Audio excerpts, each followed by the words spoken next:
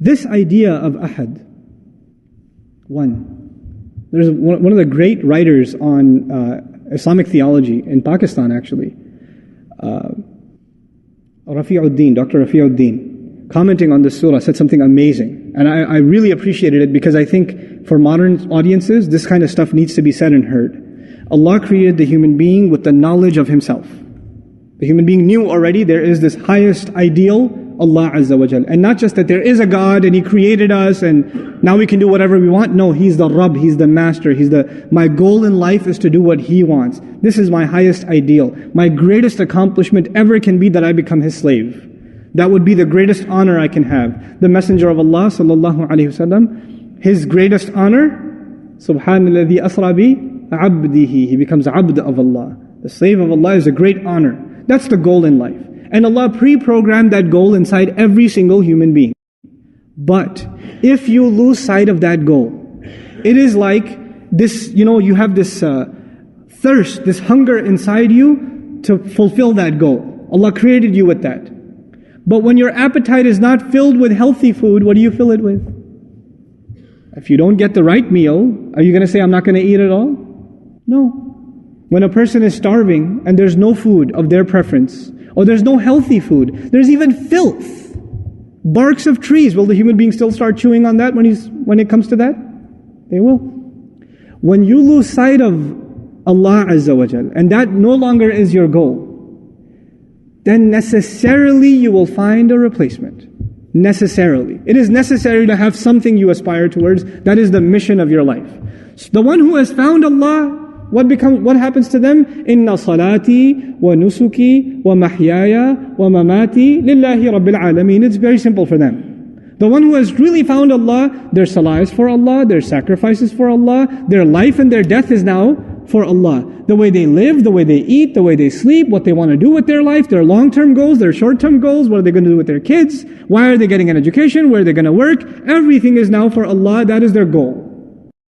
But for the one who doesn't have that goal, they have to find another goal. And in old times there used to be idols, there used to be other religions, you find some other God. But in our times it's become far more pathetic. Far more pathetic. Now you have someone who's obsessed with their body and they're working out 18 hours a day. And their only goal in life is to just keep getting buffer and buffer.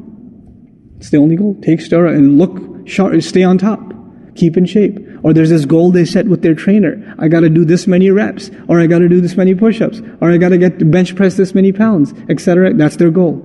That has become their ilah. For a person that their life has become about money. Have you met people? They cannot talk about anything except their work. They can't. Yeah, I work at this company, I do this. And the moment they lose their job, they become suicidal. Because that's all they ever thought about. That's all they ever did with their life. That's all they ever did. That becomes their goal. For some people, it's their children. They live for their children. They do everything for their children. Day and night they think about their children. There is no other thought running in their mind. There is no other goal before them than their children. That is all they run after. When you don't find Him, you will find something else. You will find something else, and you will run after it. And you will give your life to it. And there is no exception among human beings. And today it could be even a slacker. You could ask me, what about a slacker? You know those kids that play 20 hours of video games a day and don't get off the couch? Well, what is their goal? It is to entertain themselves.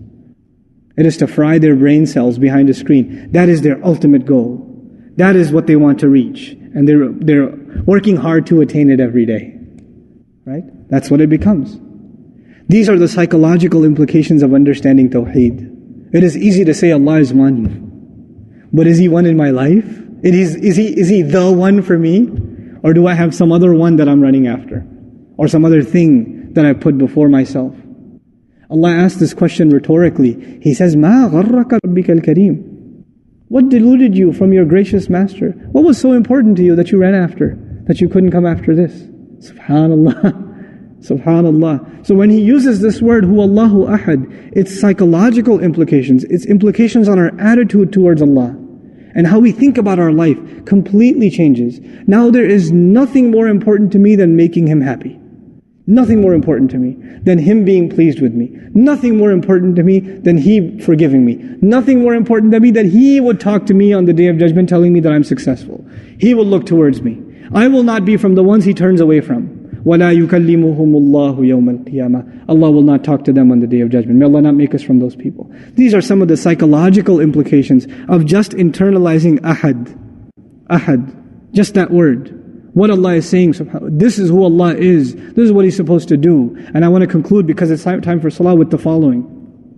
This is I can't quote Iqbal because I'm terrible at Urdu, but I'll tell you the meaning of the verse. Okay? Though I like the verse myself. So it's poetry. But he says what used to be, he's talking about, it's a poem about Tawheed. It's a poem about Tawheed. And he says what used to be something that burned in the hearts of men, is now a subject of abstract philosophical debate. That's what he says. Now what is Tawheed to us today? Debates. Discussions. Abstract discussions in theology that have no end to them. No end to them. But what it used to be was something that burned inside the hearts. Am I fulfilling the rights of ahad yet? Am I doing justice to that ahad yet? May Allah make us of the people of Tawheed. May Allah give us in our hearts what burned, the likes of which burned in the heart of Ibrahim alayhi salam and the Messenger of Allah and the Sahaba radiallahu anhum ajma'een.